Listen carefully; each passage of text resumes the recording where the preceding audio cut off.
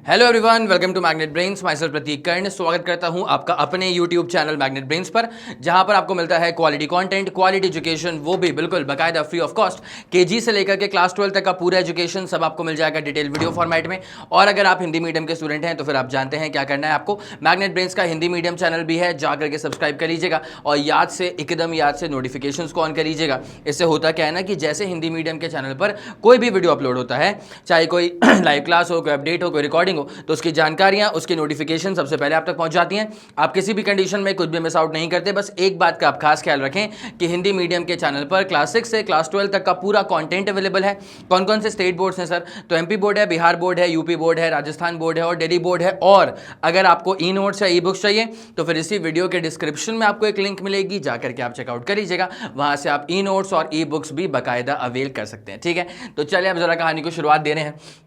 Class 11 physics chapter 1, chapter का नाम है यूनिट्स एंड मेजरमेंट। और ये वीडियो है इसका क्विक रिवीजन, बहुत ही कम समय के अंदर ये सारा चैप्टर जो है वो आपके सामने प्रस्तुत कर दिया जाएगा। तो चलिए बिना समय लगाए लेकर के चलते हैं आपको इसके पहले वाले स्लाइड के ऊपर। सबसे पहले आपको ये पता होना चाहिए कि फिजिक्स में क्वांटिटीज को दो तरह से बांटा गया है। एक होती है फंडामेंटल क्वांटिटीज, दूसरी होती है derived quantities. As the name suggest, अगर डिराइव्ड क्वांटिटी है तो वो कहीं ना कहीं से डिराइव करी गई है, कहीं ना कहीं से निकाली गई है। तो जहां से निकाली गई है ना, those were the fundamental quantities. ठीक है, तो हमारे पास में बेसिकली यहाँ पे ना कुछ डिराइव्ड क्वांटिटीज आपके सामने यहाँ पे लिख करके रखी हुई है, जैसे फोर्स हो गया, वर्क हो गया, पावर हो गया, पोटेंशियल हो गया, कैपेसिटी हो गई, मैग्नेटिक फ्लक्स हो गया, ऐसे बहुत सारी चीजें ये सब होते हैं अपने पास में क्या, डिराइव्ड क्वांटिटीज। ठीक है, लेकिन if you deal with fundamental quantities, ठीक है, तो सर फंडामेंटल क्वांटिटीज में आपके सामने कौन कौन से नाम आने वाले?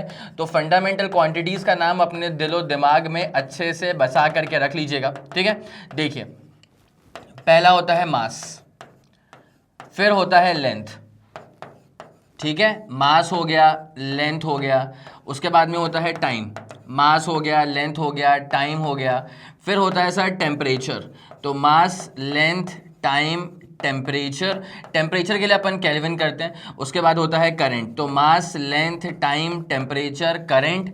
उसके बाद में फिर क्या होता है सर? Amount of substance. ठीक है, उसके बाद में फिर क्या होता है सर? Amount of substance. इसका आप लोग को केमिस्ट्री में बहुत ज़बरदस्त यूज हुआ होगा। अमाउंट ऑफ सब्सटेंस को अपन बेसिकली करेंगे सर मोल से रिप्रेजेंट। ठीक है, और उसके बाद फिर आखिरी में आता है सर ल्यूमिनियस इंटेंसिटी, लाइट की इंटेंसिटी की यहाँ पर बातें होती हैं। तो mass, length, time, temperature, current, amount of substance और ल्यूमिनियस इंटेंसिटी। कायदे से उसकी यूनिट होती है कैंडेला, इसको अपन एब्रीविएशन में CD करके यूज करेंगे। ठीक है, तो ये होती है हमारे पास में फंडामेंटल क्वांटिटीज। आपके दिलो दिमाग में ये चीजें बिल्कुल छपी होनी चाहिए कि what are the fundamental quantities. Okay sir, done done done done. अगले वाले पे आते हैं बेटा। अब यहाँ पे अपने पास में आता है मैक्रोकॉस्म मेजरमेंट्स। ठीक है, ये सब पे बेस सवाल आपको दिख ही जाते हैं, एक आध नंबर के सवाल हैं। ठीक है, तो in the measurements of very large distances we use the following 3 units. ठीक है, तो जब अपन बहुत बड़े बड़े डिस्टेंसेस को मेजर करते हैं तो उसको किलोमीटर्स में नहीं करते हैं, उसको फिर अपन एक तरीका होता है एस्ट्रोनॉमिकल यूनिट्स में मेजर करने का। ठीक है, अब sir in itself astronomical unit क्या होता है? तो it is the average distance of the centre of the sun from the centre of the earth. ठीक है, अर्थ के सेंटर से सन के सेंटर के बीच की जो दूरी होती है, यहाँ पे बहुत ही प्यारा सा डायग्राम बना के रखा हुआ है। सन के सेंटर से अर्थ के सेंटर के जो बीच की दूरी होती है ना, that is basically called as 1 astronomical unit. और इसकी वैल्यू क्या होती है sir? 1.5 10 to the power 11 metres. ठीक है, तो 1 astronomical unit is basically 1.5 10 to the power plus का 11 मीटर्स। मैं एक बार स्क्रीन से हट जाता हूं ताकि आप लोग एस्ट्रोनॉमिकल यूनिट का जो भी यहाँ पे डेटा गिवन है उसको आप लिख लें। इमेज आपकी बहुत सहायता करेगी। उसके बाद डेफिनेशन तो आप लोग के लिए यहाँ पे लिख करके रखा ही हुआ है। ठीक है, okay sir, done done done done हो चुकी हैं ये चीजें। अगले वाले पे आते हैं। अगला है अपने पास में सर लाइट ईयर, LY से करेंगे इसको रिप्रेजेंट। अब ये लाइट ईयर क्या होता है? 1 light year is the distance travelled by light in vacuum in 1 year. Light एक साल में वैक्यूम में जितना डिस्टेंस ट्रैवल कर लेती है उसे कहा जाता है 1 लाइट ईयर। कैसे निकालेंगे सर? नॉर्मल तरीका होता है, स्पीड को मल्टीप्लाई कर देंगे अपन टाइम से। ठीक है, जैसे अपन ने इसको सॉल्व आउट किया, स्पीड ऑफ लाइट कितनी होती है? 3 10 टू द पावर 8 मीटर पर सेकेंड। और एक साल में अपने पास में कितना समय रहेगा? तो 365 दिन होते हैं, एक दिन में 24 घंटे होते हैं, एक घंटे में 60 मिनट होता है और एक मिनट में 60 सेकेंड्स होते हैं। सब कुछ प्रॉपर SI यूनिट में कन्वर्ट करा है। तो 1 लाइट ईयर आ चुका है 9.46 10 टू द पावर प्लस का 11 मीटर्स। ठीक है, तीसरा अपने पास में होता है पार्सक। ये काफी कम यूज होता है लेकिन फिर भी है तो अपन ने कर लिया। एस्ट्रोनॉमिकल यूनिट और लाइट ईयर इनका तो भर भर के यूज होता है। ठीक है, तो 1 पार्सक is the radius of a circle at the centre of which an arc of circle 1 AU 1 astronomical unit long subtends an angle of 1 second. ठीक है, अब जरा ध्यान देते हुए चलेगा। यहाँ यहाँ पे क्या होता है, कैसे कन्वर्जन करेंगे इसका। वैसे इसमें जो फॉर्मूला काम का है ना सर, वो होता है theta is equal to length of arc by radius, ठीक है। तो यहाँ पे लेंथ ऑफ आर्क तो बोल के रख दिया गया है कि लेंथ ऑफ आर्क अपने पास में कितना है सर, 1 AU के बराबर है, ठीक है। वही था ना इसमें, radius at the centre of which an arc of circle 1 AU long, ठीक है। तो लेंथ ऑफ आर्क था, इसको अपन ने पूरा कन्वर्ट किया तो 1 parsec is 3.1 10 to the power plus का 16 बाई डिग्री मिनट सेकंड्स वाले कन्वर्जन सब कुछ अपन लोग ने करके रखा हुआ है, उसका यहाँ पे छोटा सा यूज करना पड़ जाएगा। हालांकि अभी आप याद रखें 3.1 10 to the power 16 metre is basically 1 parsec के बराबर, ठीक है। चलो अब अपन यहाँ पे आते हैं एरर निकालने के फॉर्मूले पे। हर मेजरमेंट में कुछ ना कुछ एरर तो होता ही है, कितना भी केयरफुल मेजरमेंट किया जाए लेकिन उसके अंदर एरर तो आएगा ही आएगा। तो अगर आपको किसी भी चीज़ की ट्रू वैल्यू निकालनी है तो ट्रू वैल्यू निकालने का सबसे प्यारा तरीका क्या हो सकता है सर, सबसे प्यारा तरीका ये है कि आप उसका एवरेज ले लें। जितने ज़्यादा आप एवरेज लोगे ना, जितने ज़्यादा ऑब्जर्वेशंस का आप एवरेज लोगे उतना करीब पहुँच जाओगे आप ट्रू वैल्यू के, ठीक है। तो just keep this in mind कि if you have to find the true value, ठीक है, तो ट्रू वैल्यू निकालने का सबसे प्यारा तरीका ये होता है कि take the mean of multiple observations, ठीक है। Take the mean of multiple observations, ठीक है। बहुत सारे ऑब्जर्वेशंस का आप मीन ले लोगे ना तो आप काफी करीब पहुंच जाओगे किसके साथ, ट्रू वैल्यू के। अब जब आपको एरर निकालना है, हर ऑब्जर्वेशन में कुछ ना कुछ एरर तो होता है, ठीक है। अगर आपको एरर निकालना है उसका जनरल फॉर्मूला होता है true value minus the measured value. आई बात समझ में। एरर इस हिसाब से पॉजिटिव भी हो सकते हैं, एरर नेगेटिव भी हो सकते हैं। अगर ट्रू वैल्यू और मेजर्ड वैल्यू सेम है आपकी तो बस बढ़िया है, फिर तो कोई एरर ही नहीं है, ठीक है।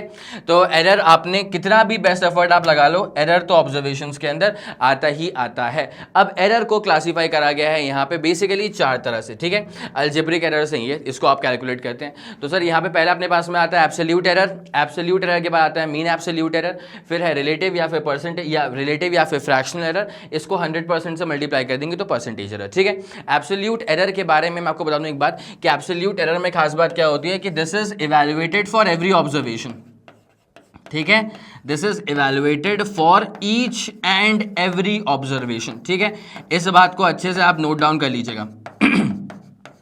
और सारे ऑब्जर्वेशन में जो एरर आया अपने पास में सबका अपन अगर एवरेज ले लेंगे तो वो बन जाता है अपने पास में क्या सर, मीन एब्सोल्यूट एरर, ठीक है। आगे मेरी बात समझ में, यस है, ये वाला फंडा पूरा क्लियर हो चुका है। अगले वाले पे जरा बढ़ा जाए। अब यहाँ पे है एरर ऑफ मेजरमेंट्स और यहाँ पे अपने पास क्या आ रहा है सर, यहाँ पे ट्रू वैल्यू, ठीक है। अगर आपको कभी भी ट्रू वैल्यू निकालनी है तो ट्रू वैल्यू निकालने के लिए आप क्या करेंगे सर, उसका एक ही बढ़िया तरीका होता है कि आप मल्टीपल ऑब्जर्वेशन का मीन ले लीजिए। यहाँ पे क्या करा गया, पहला ऑब्जर्वेशन A1 था, जैसे मान लो अपन लेंथ मेजर करें, ठीक है। जैसे मान लीजिए अपन लेंथ मेजर कर रहे हैं तो लेंथ की जो पहली रीडिंग आ गई थी उसको अपन A1 बोल देंगे, दूसरी A2 बोल देंगे, तीसरी वाली को A3 बोल देंगे, आफ्टर AN कर देंगे और फिर आपने उसका एवरेज ले लिया। बोलो हाँ कि ना। ये तरीका होता है बेसिकली ट्रू वैल्यू निकालने का। Okay sir, done. True value निकालना मतलब बेसिकली एवरेज निकालना, it's as simple as that. अब अपन आते हैं मीन एब्सोल्यूट एरर पे। तो उससे पहले मैं आपको लेके चलता हूँ एब्सोल्यूट एरर पे, ठीक है। जैसे मान लीजिए फॉर एग्जाम्पल कि हमने पहली बार मेजरमेंट लिया तो 10.1 सेंटीमीटर आया, ठीक है। हमने दूसरी बार मेजरमेंट लिया तो 10.2 सेंटीमीटर आया। हमने तीसरी बार मेजरमेंट लिया तो 10.3 सेंटीमीटर आया। अब हमको ट्रू वैल्यू चाहिए। तो ट्रू वैल्यू कैसे मिलती है सर, मीन लेकर के मिलती है, ठीक है। तो 10.1 प्लस 10.2 प्लस 10.3 करेंगे, इसको अपन मीन ले लेंगे, डिवाइड कर देंगे इसको 3 से। तो ट्रू वैल्यू मतलब जो मीन वैल्यू आपके समक्ष प्रस्तुत हो जाएगी वो आ जाएगी सर 10.2 सेंटीमीटर्स के बराबर, ठीक है। This is your true value. अब आप यहीं पर हर ऑब्जर्वेशन में एरर निकाल सकते हैं। अब कैसे निकालेंगे अपन एरर, जैसे मान लीजिए अब मैं निकालने वाला हूं एब्सोल्यूट एरर। क्या निकालने वाला हूं सर, एब्सोल्यूट एरर, ठीक है। तो error in the measurement of length for first observation, error in the measurement of length for second observation। Delta का मतलब होता है एरर, ठीक है। तो error in the measurement of length for third observation, error कैसे निकलता है, true value minus measured value. What is the true value sir, true value तो वही है 10.2, ट्रू वैल्यू तो वही है सर 10.2, माइनस अपन क्या करने वाले हैं सर, मेजर्ड वैल्यू। तो पहले ऑब्जर्वेशन में क्या आई थी मेजर्ड वैल्यू, इट वाज 10.1, ठीक है। दूसरे में क्या आया था 10.2, तीसरे में क्या आया था 10.3, ठीक है। जैसे अपन इसको सॉल्व आउट करेंगे तो 0.1 0.0 और यहाँ पे अपने पास में कितना आ जाएगा माइनस का 0.1, ठीक है। तो ये हमारे पास में क्या होने वाला है, एरर। ये सब पूरा कहलाता है मीन, ये सब पूरा कहलाता है एब्सोल्यूट एरर, ठीक है। तो एब्सोल्यूट एरर का एक आंसर नहीं होगा, जितने भी रीडिंग्स होंगे ना हर रीडिंग में आप निकालते हैं error, and therefore that is basically called as absolute error. That is basically called as absolute error। मेरे ख्याल से ये वाला फंडा आप लोगों के दिमाग में बहुत ही जानदार शानदार तरह से बस चुका होगा। बोलो हाँ कि ना। यह सब पूरा फंडा एकदम शानदार तरह से क्लियर है। चलिए सर, तो वही था अपने पास में मीन एब्सोल्यूट एरर। आपको हर ऑब्जर्वेशन, अच्छा वो अपने पास में था एब्सोल्यूट एरर, अब आपको निकालना है मीन एब्सोल्यूट एरर। तो इसमें बस क्या करना पड़ेगा, देखो डेल्टा एल मीन लिख दिया, इसका मतलब ये मीन एब्सोल्यूट एरर है। तो एरर सर पहले वाले ऑब्जर्वेशन में भी आया था, एरर सर दूसरे वाले ऑब्जर्वेशन में भी आया था, एरर सर nth ऑब्जर्वेशन में भी आएगा, ठीक है, एरर nth ऑब्जर्वेशन में भी आएगा। लेकिन आपको हर एरर का ना मॉड्यूलस लेके चलना है। You just have to take the modulus of all the errors, you just have to take the modulus of all the errors, plus कर दिया अपन ने, और फिर अपन को इसका मीन लेना है, तो we will just divide it by n, it's as simple as that। तो ध्यान रखना, मीन एब्सोल्यूट एरर निकालने के टाइम पे you have to take the value from every error, ठीक है। ये वाली बात समझ में आ गई, ये वाला पूरा फंडा समझ में आ गया। हमको इग्नोर करना पड़ेगा यहाँ पे साइन कन्वेंशंस, ठीक है। चलें सर आगे बढ़ते हैं। उसके बाद अपने पास आता है रिलेटिव एरर। इसको में कुछ नहीं करना है, मीन एब्सोल्यूट एरर को अपन डिवाइड कर देंगे ट्रू वैल्यू से, और जब परसेंटेज एरर निकालेंगे तो उसको मल्टीप्लाई कर देंगे 100% से, ठीक है। फिर कोई दिक्कत वाली बात नहीं है। जब इसका अपन परसेंटेज एरर निकालेंगे तो इसी को फिर अपन 100% से मल्टीप्लाई कर देंगे, इतनी सी बात रहती है, ठीक है। ओके सर, बढ़िया। उसके बाद अपन देखते हैं एरर इन समेशन, ठीक है। तो जब भी जैसे मान लो ए और बी को अपन ने ऐड करा, अपन को एक्स मिल गया, ठीक है। अगर ए में एरर था, बी में एरर था, तो फिर एक्स में भी आ जाएगा एरर। तो एक्स में कितना आएगा error, we just have to add the individual errors, ठीक है। सेम काम यहाँ पर माइनस में भी होता है, वहाँ पे ए माइनस बी है, लेकिन एरर कभी माइनस नहीं, मतलब एरर कभी कम नहीं होगा, एरर सेम रहेगा, delta A plus delta B के बराबर। एरर को लिखने का तरीका होता है प्लस माइनस लगा दिया करिए, ठीक है, because error could be positive as well as negative. वहीं पे जब हम जाते हैं प्रोडक्ट में, ठीक है, तो यहाँ पे आप इसका रिलेटिव एरर निकालते हो, ठीक है। This is relative error of X is equals to plus minus relative error A का रिलेटिव एरर बी का, और सेम काम अपने पास में डिवीजन में भी रहता है, लेकिन यहाँ पे चल गया है कि quantity is raise to something power, ठीक है। जैसे आप देख लो x is equals to a की पावर एन है और बी की पावर एम है, ठीक है, दोनों डिवीजन में थे। तो आपको कुछ नहीं करना है, रिलेटिव एरर ए का निकालो, रिलेटिव एरर बी का निकालो, प्लस करना है, लेकिन बस ए के रिलेटिव एरर को मल्टीप्लाई कर देना है ए की पावर से, ठीक है। सिमिलरली बी के रिलेटिव एरर को मल्टीप्लाई कर देना है बी के पावर से, ठीक है, तब आपको मिल जाता है यहाँ पे एरर। उसके बाद एग्जाम्पल अपने पास बहुत फेमस एग्जाम्पल है, ये प्लीज ध्यान रखना, नोट कर लो उसको। तो ए की पावर एल, बी की पावर एम, सी की पावर एन थी, रिलेटिव एरर निकाला अपन ने इसका, और सबको अपन ने उसके मल्टीप्लाई किससे करा, ए की पावर से, फिर बी वाले को मल्टीप्लाई करा बी की पावर से, सी वाले को मल्टीप्लाई कर दिया हमने सी की पावर से। It's as simple as that. उम्मीद करता हूँ कि ये वाली बात समझ में आ रही है। Okay sir, done done done done. उसके बाद शॉर्ट ट्रिक होती है डायमेंशनल फॉर्मूला निकालने की। डायमेंशनल फॉर्मूला में आप क्या करते हैं, हर क्वांटिटी को एक्सप्रेस करते हैं उसके फंडामेंटल क्वांटिटी के टर्म्स में, ठीक है। जैसे मान लो फॉर एग्जांपल अगर एक्सेलरेशन है, ठीक है, एक्सेलरेशन की यूनिट तो होती है मीटर पर सेकंड स्क्वायर, लेकिन डायमेंशनल फॉर्मूला क्या हो जाएगा, मीटर मतलब एक तरह की लेंथ है, तो ये length is the fundamental unit, ठीक है। सेकंड का स्क्वायर मतलब पर सेकंड का स्क्वायर मतलब टी की पावर -2। तो हर क्वांटिटी को एक्सप्रेस करना उसके फंडामेंटल क्वांटिटी के टर्म्स में, that itself is basically called as a dimensional formula, ठीक है। तो ये चार्ट यूनिट फॉर्मूला, पहले आप चार्ट पे जाते हैं, चार्ट पे क्या मिलेगा आपको सर, चार्ट पे मिलेगा fundamental quantities, mass, length, time, temperature, current, amount of substance और ल्यूमिनस इंटेंसिटी, ठीक है। चार्ट से काम अगर नहीं बना, जैसे एक्सेलरेशन था तो वो चार्ट पे मौजूद नहीं है, तो हम जाते हैं फिर किस पे सर, यूनिट पे जाते हैं। जैसे कि एक्सेलरेशन चार्ट पर तो मौजूद नहीं था, लेकिन हमको उसकी यूनिट मालूम है कि मीटर पर सेकंड स्क्वायर होती है, हमने उसे कन्वर्ट कर दिया है डायमेंशनल फॉर्मूला में। मान लो अगर मैं बोलता हूँ फोर्स, तो फोर्स में तो हमको यूनिट याद है, न्यूटन है, लेकिन न्यूटन किसी साइंटिस्ट का नाम है, तो हम उसको ऐसे मीटर पर सेकंड स्क्वायर इतने प्यारे टर्म्स में कन्वर्ट नहीं ना कर पाएंगे। तो क्या करेंगे सर उसके लिए, फिर अपन यूनिट से काम तो बना नहीं, फिर जाएंगे फॉर्मूले पे। अब जरा ध्यान दीजिएगा, आपको फोर्स का फॉर्मूला याद होना चाहिए सर। फोर्स का फॉर्मूला होता है मास इंटू एक्सेलरेशन, तो मास का मतलब m फंडामेंटल, और एक्सेलरेशन आप जानते हैं t - 2 lt - 2। तो आगे अपने पास में फोर्स का डायमेंशनल फॉर्मूला mlt - 2, ये तरीका होता है निकालने का। बोलो हाँ कि ना, यस सर, ये वाला फंडा पूरा क्लियर हो चुका है। तो ऐसे अपन निकालते हैं डायमेंशनल फॉर्मूला, और यहाँ पे लिखी हुई हैं सारी की सारी फंडामेंटल क्वांटिटीज़। मैं एक बार स्क्रीन से हट जाता हूँ ताकि आप लोग प्रॉपर्ली सारे के सारे फंडामेंटल क्वांटिटीज़ का स्क्रीनशॉट लेके अपने दिमाग में भी स्क्रीनशॉट लेके रख सकें, ठीक है, अपने दिमाग में छपा होना चाहिए सब पूरा। चलिए सर, अब यहाँ पे अपने पास में बहुत सारी फंडामेंटल बहुत सारी क्वांटिटीज़ हैं जिनका डायमेंशनल फॉर्मूला निकाल के रखा हुआ है। सेम फंडा अप्लाई करा गया है, सेम फंडा। जैसे यहाँ पे चेक कर लो, डेंसिटी की बात कर लेते हैं, एक दिखा देता हूँ। डेंसिटी होता है sir mass upon volume. Density क्या है सर, मास अपॉन वॉल्यूम है। तो मास के लिए अपन ने m कर दिया, वॉल्यूम के लिए अपन ने L³ कर दिया, तो देयरफॉर m l-3 टाइम तो आ ही नहीं रहा है तो t की पावर 0, ml-3 t की पावर क्या हो चुका है सर 0।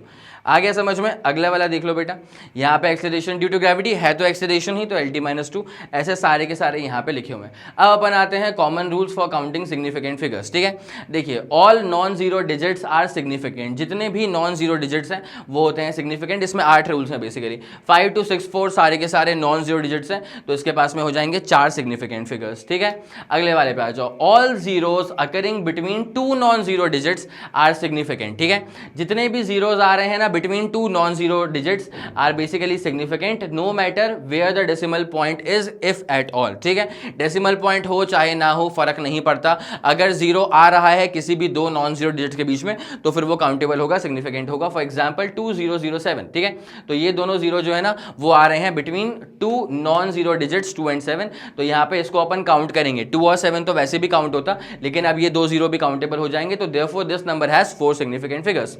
यहाँ पे चेक कर लो, डेसिमल पॉइंट आ गया है, लेकिन मैंने कहा था कि डेसिमल पॉइंट फिर कहीं पर भी हो फर्क नहीं पड़ता, यहाँ पे लिखा हुआ है no matter where the decimal point is if at all. ठीक है, तो 1.0809 था, तो ये सब के सब फिगर यहाँ पे जो है वो सिग्निफिकेंट फिगर्स में काउंट हो जाएंगे। 1 2 3 4 5, तो इसके पास कितने हो गए सर? 5 सिग्निफिकेंट फिगर्स हो गए। ठीक है, ये रूल्स बहुत इंपॉर्टेंट है, ध्यान रखिएगा।